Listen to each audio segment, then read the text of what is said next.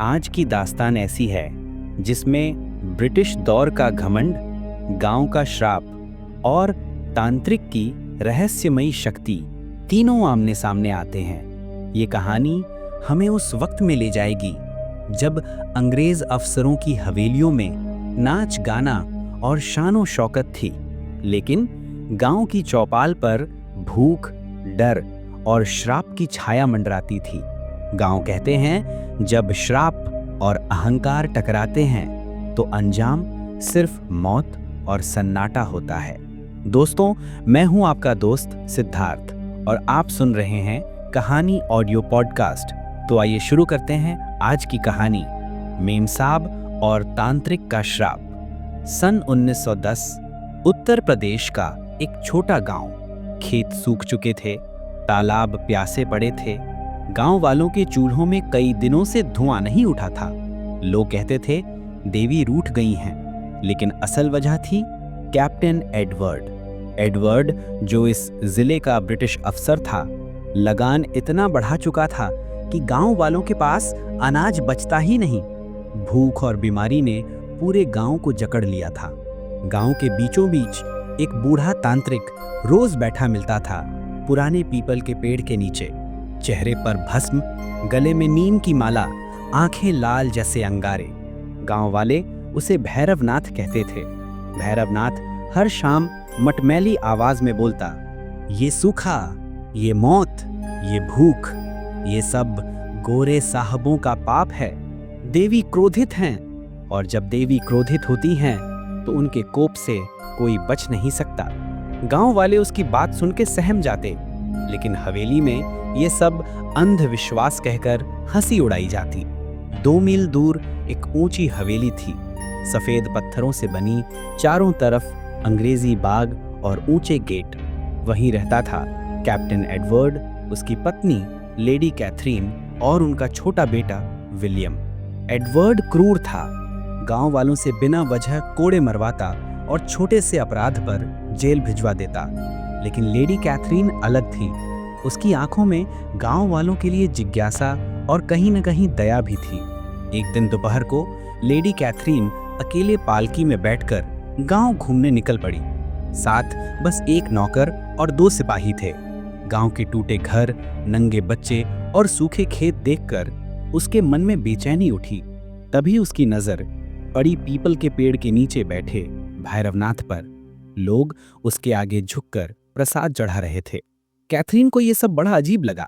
उसने अपने नौकर से पूछा, ये आदमी कौन है? क्यों सब इसके आगे सर झुका रहे हैं? नौकर कांपते हुए बोला, मेमसाब, ये भैरवनाथ है, तांत्रिक। गांव वाले मानते हैं कि देवी का कोप इसी के जरिए प्रकट होता है। कैथरीन हल्का सा मुस्कुराई और बोली, देवी का कोप, ये तो सिर्फ तुम्हारे दिमाग की उपज है।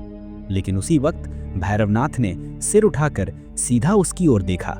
उसकी आंखें लाल थीं और चेहरे पर एक ऐसी मुस्कान जिसे देखकर कैथरीन का दिल पहली बार जोर से धड़क उठा।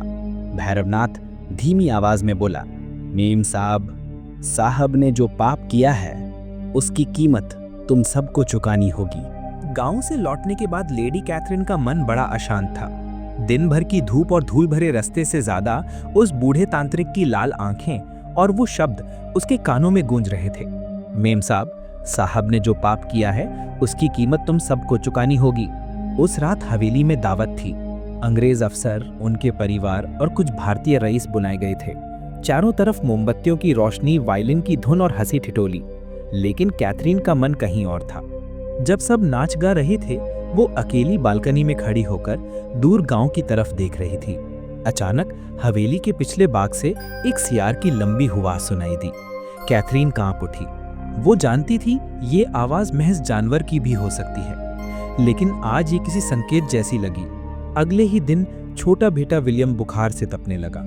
डॉक्टर बुलाए गए, दवाइयां दी गईं, लेकिन बुखार कम होने की बजाय बढ़ता ही जा रहा था। एडवर्ड गुस्से में था। ये सब गांव की गंदगी और बीमारी से फैला होगा। उन्हें और टैक्स देना चाहिए ताकि सफाई हो सके। लेकिन कैथरीन को कुछ और लग रहा था। उसे तांत्रिक की बातें याद आ रही थी। उसने नौकरानी से पूछा, क्या गांव में कोई इलाज, कोई तरीका है? नौकरानी घबरा कर बोली, मेम साहब, अगर हिम्मत हो तो भैरवनाथ के पास जाइए, गांव वाले कहते हैं उसके पास मंत्र हैं, औषधि है, पर उसके पास जाना मतलब देवी के कोप को मान लेना। कैथरीन चुप रही, लेकिन उसके मन में तय हो चुका था। उस रात कैथरीन विलियम के बिस्तर के पास बैठी थी। कमरे में मोमबत्ती की लौ धीमे धीमे डोल रही थी। विलियम का माथा तप रहा था। अचानक उसे लगा बच्चा कराहते कराहते कोई अनजानी भाषा बोलने लगा।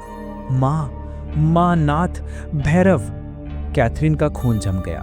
उसने बच्चे को झकझोरा, लेकिन उसकी आंखें आधी खुली थी और होठ कांप रहे थे। मोमबत्ती का शीशा अचानक फट गया और कमरा अंधेरे में डूब गया। कैथरीन चीख पड़ी। नौकर दौड़े, नई मोमबत्ती जलाई गई। बच्चा फिर शांत था, जैसे कुछ हुआ ही ना हो। लेकिन कैथरीन जान चुकी थी, ये महज बीमारी नहीं, ये कुछ और है। अगली सुबह कैथरीन ने एडवर्ड से कहा, हमें उस तांत्रिक से मिलना होगा। एडवर्ड ठहाका मारकर हंसा। तुम्हें भी इन गवारों के अंधविश्वास ने जकड़ लिया। तुम्हें पता है मैं यहाँ क्यों हूँ? इन लोगों की मूर्खता मिटाने के लिए। कोई तांत्रिक, कोई देवी देवता, सब बकवास है। कैथरीन की आंखों में आंसू भर आए। अगर ये बकवास है तो बताओ, रात मेरे बेटे ने भैरवनाथ का नाम क्यों लिया? एडवर्ड सन्न रह गया, लेकिन अगले ही पल बोला, चुप रहो, मैं इन तांत्रिकों को गोली मरवा दूंगा, तुम बस बच्चे को संभालो।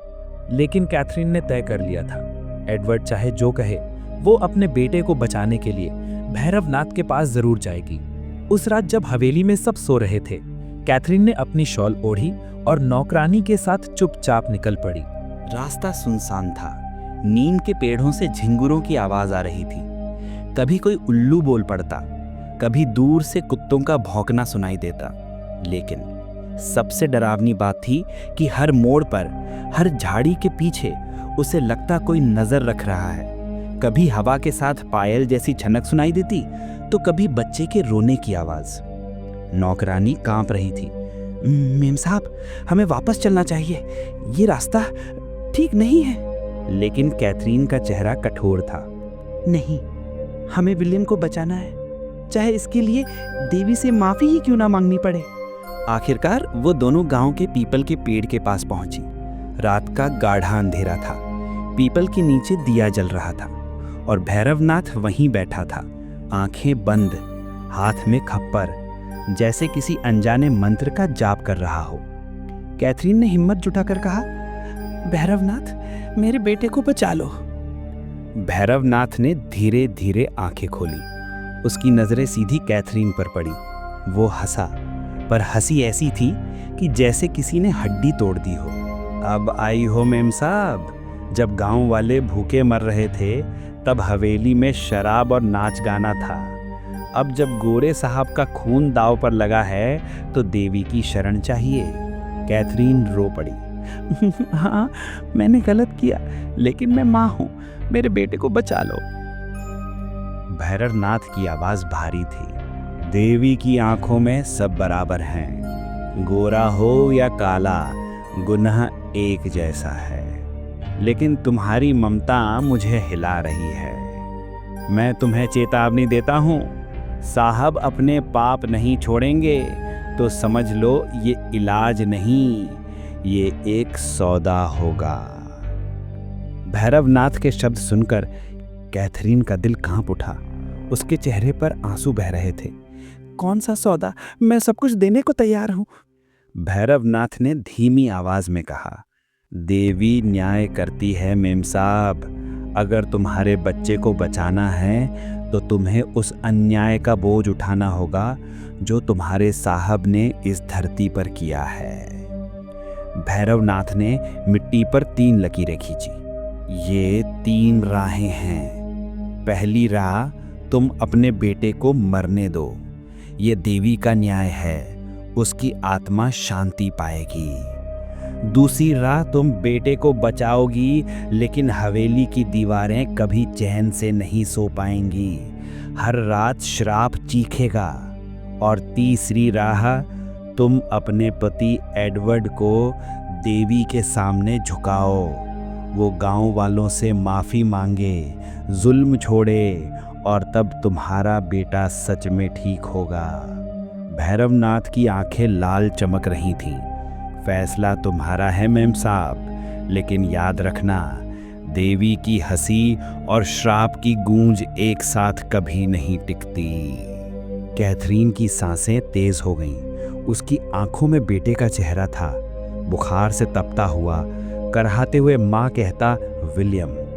उसने बिना सोचे कहा, मैं दूसरी राह चुनती हूँ। मैं अपने बेटे को नहीं मरने दूंगी।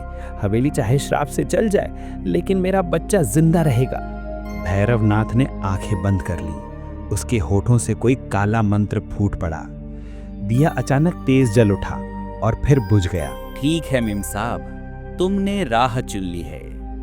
अब हवेली तुम्हारे साथ जलेगी। उस रात जब कैथरीन हवेली लौटी तो उसने देखा विलियम का बुखार उतर चुका था। बच्चा चैन से सो रहा था। उसकी धड़कनें सामान्य थीं। कैथरीन ने राहत की सांस ली, लेकिन उसी वक्त हवेली की छत से किसी औरत की कराहती आवाज आई।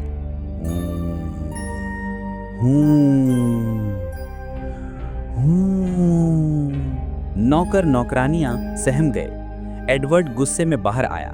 ये कौन मजाक कर रहा है? उसने पहरेदारों को हुक्म दिया कि हर कोने की तलाशी लो, लेकिन पूरी रात कुछ ना मिला।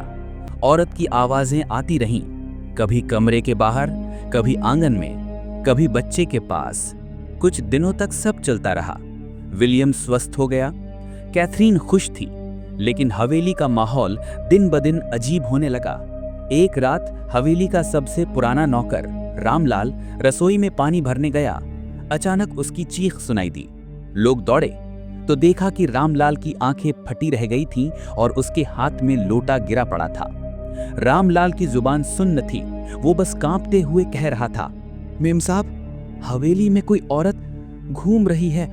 उसके पांव जमीन को नहीं छूते थे। रामलाल अगले ही दिन पागल हो गया। कुछ भी बड़बड़ाता और पेड़ की छांव में पड़ा रहता। हवेली में खौफ बढ़ रहा था, लेकिन एडवर्ड अब भी अड़ा था। ये सब तुम्हारी बेवकूफी है कैथरीन। उस तांत्रिक में तुम्हारे दिमाग में डर भर दिया है। हम अंग्रेज हैं, हम किसी देवी देवता या श्राप से नहीं डरते। लेकिन उसी रात एडवर्ड के कमरे में दीवार पर खून से लिखा मिला, पाप का हिसाब हर हाल में होगा। एडवर्ड भड़क उठा। उसने सिपाहियों को गांव में भेजकर कुछ लोगों को पकड़वा लिया। ये गांव वाले हमें डराना चाहते हैं, मैं इन्हें फांसी पर लटका दूंगा। कैथरीन रो पड़ी। नहीं एडवर्ड, ये इंसानों का काम नहीं है, ये श्राप है, ये देवी का कोप है। लेकिन एडवर्ड ने उसकी एक न सुनी। उस रात हवेली के आंगन में सारी लालटेन अपने आप बुझ गईं। कुत्ते भौंकते भौंकते चुप हो गए और फिर एक औरत की परछाई आंगन में उतरी। वो सफेद साड़ी में थी। चेहरे पर कोई नकाब नहीं, लेकिन आंखें गहरी और खाली। उसके पांव सच में जमीन को नहीं छू रहे थे। सारी हवेली में सन्नाटा छा गया। सिर्फ उसकी आवाज गूंजी, एडवर्ड, तेरे खून का हिसाब तू ही देगा। कैथरीन अपने बेटे को सीने से लगाए कांप रही थी। वो समझ चुकी थी कि भैरवनाथ ने सच कहा था। उसका बेटा तो बच गया, लेकिन हवेली अब इस औरत की कैद में है। उस रात हवेली के आंगन में खड़ी वो औरत सफेद साड़ी में हवा में तैरती हुई धीरे धीरे आगे बढ़ रही थी। एडवर्ड ने अपनी बंदूक उठाई और निशाना साधा। पीछे हटो वरना गोली मार दूंगा। औरत हंसी। वो हंसी इंसान की नहीं, बल्कि किसी खाली कुएं में गूंजती प्रतिध्वनि जैसी थी। गोली? तुमने कितनों को गोली मारी थी याद है साहब? उन किसानों को जिन्होंने टैक्स देने से इनकार किया था, उन औरतों को जिनकी इज्जत छीन ली गई थी, उन बच्चों को जो भूख से रोते रहे थे। एडवर्ड के हाथ कांप गए। कैथरीन की आंखों में डर और आंसू थे। ये कौन है एडवर्ड? ये औरत कौन है? औरत ने खुद ही जवाब दिया, मैं वही हूं जिसे तुम्हारी हवेली के सिपाहियों ने गांव के चौक पर जिंदा जला दिया था। मैं वही हूं जिसकी चीखों पर गांव वालों ने देवी से न्याय मांगा था और आज देवी ने जवाब दिया है। औरत की आवाज के साथ ही हवेली की दीवारें कांपने लगी। झूमर अपने आप टूटकर गिर पड़ा। मोमबत्तियां बुझ गईं। दरवाजे धड़ाम से बंद हो गए। नौकर नौकरानियां चीखते हुए भागने लगे, लेकिन हवेली के मुख्य दरवाजे पर लाल आग की लपटें उठ खड़ी हुईं। एडवर्ड ने गोली चलाई, धाएं, लेकिन गोली औरत के आर पार निकल गई और अगले ही पल एडवर्ड के हाथ से बंदूक छूटकर दूर जा गिरी। औरत चिल्लाई, तेरा खून इस धरती को चाहिए एडवर्ड। एडवर्ड डर से दीवार से चिपक गया। नहीं नहीं, ये सब झूठ है। मैं साहब हूं, हुकूमत मुझसे डरती है। औरत हवा में उठी और उसके सामने आ खड़ी हुई। उसकी आंखों से आग की लपटें झलक रही थी। तेरी हुकूमत अब खत्म है। आज तू देवी के न्याय से नहीं बच सकता। कैथरीन चीख पड़ी। रुको, अगर खून चाहिए तुम मेरा लो। मेरे पति को मत मारो, मेरे बेटे को मत छीनो। लेकिन औरत ने शांत स्वर में कहा, तुमने बेटे को बचाने के लिए सौदा किया था। अब देवी का न्याय पूरा होगा। खून तो बहना ही है। अचानक हवेली के आंगन में भैरवनाथ प्रकट हुआ। उसकी आंखें लाल थी, हाथ में खप्पर था। मेम साहब, मैंने पहले ही कहा था, ये इलाज नहीं, ये सौदा है। अब सौदा पूरा होगा।